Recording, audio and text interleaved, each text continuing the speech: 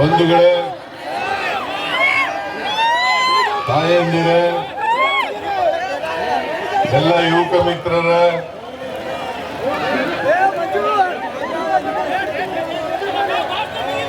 ಈ ಸಮಾರಂಭದಲ್ಲಿ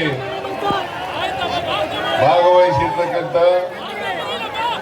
ರಾಜ್ಯದ ಉಪಮುಖ್ಯಮಂತ್ರಿಗಳು, ಪ್ರದೇಶ ಕಾಂಗ್ರೆಸ್ ಸಮಿತಿಯ ಅಧ್ಯಕ್ಷರು ಆದಂತ ಶ್ರೀ ಡಿ.ಕೆ. ಶಿವಕುಮಾರ್ ಅವರ, ನಮ್ಮ ಅಭ್ಯರ್ಥಿ ಸಮರ್ಥ್ ಅವರ, ಲೋಕಸಭಾ ಸದಸ್ಯರಾದಂತ ಶ್ರೀಮತಿ ಪ್ರಭಾ ಅವರ, ಜಿಲ್ಲಾ ಉಸ್ತುವಾರಿ ಸಚಿವರಾದಂತ ಶ್ರೀ ಎಸ್ ಮಲ್ಲಿಕಾರ್ಜುನ ಅವರ, ಇತರ ಎಲ್ಲ ಸಹೋದ್ಯೋಗಿ ಮಿತ್ರರೇ, ಶಾಸಕ ಮಿತ್ರರೇ, ನಮ್ಮ ಪಕ್ಷದ ಎಲ್ಲ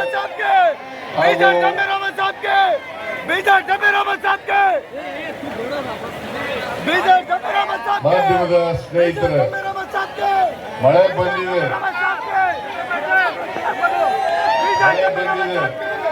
ಜಮೀರ್ ಅವರು 5ನೇ ತಾರೀಕು ಬರ್ತಾರೆ. ಜಮೀರ್ ಅವರು 5ನೇ ತಾರೀಕು ಬರ್ತಾರೆ.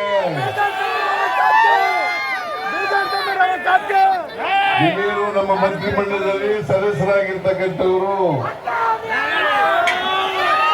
ಅಲ್ಪಸಂಖ್ಯಾತರ ಮಂತ್ರಿಗಳು, ಅವರ ಜವಾಬ್ದಾರಿನೂ ಕೂಡ ಇದೆ. ಈಗ ಕೇರಳದಲ್ಲಿದ್ದಾರೆ, 4ನೇ ತಾರೀಕಿಗೆ ಕೇರಳದಲ್ಲಿರ್ತಾರೆ, 5ನೇ ತಾರೀಕು ದಾವಣಗೆರೆಗೆ ಬಂದೇ ಬರ್ತಾರೆ.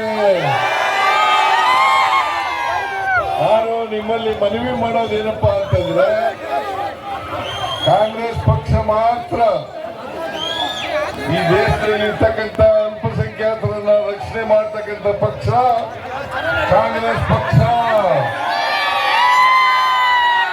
ಅಲ್ಪಸಂಖ್ಯಾತರಿಗೆ ಸಾಮಾಜಿಕ ನ್ಯಾಯವನ್ನ ಕೊಡ್ತಕ್ಕಂಥ ಪಕ್ಷ ಕಾಂಗ್ರೆಸ್ ಪಕ್ಷ.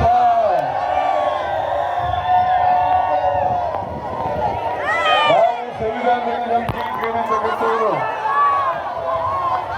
ನಾವು ಅಧಿಕಾರಕ್ಕೆ ಬಂದಾಗ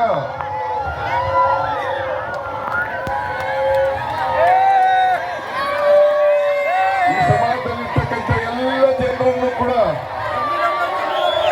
ಅವರು ಬಡವರಿರಲಿ, ಹಿಂದುಳಿದವರಿರಲಿ, ದಲಿತರಿರಲಿ,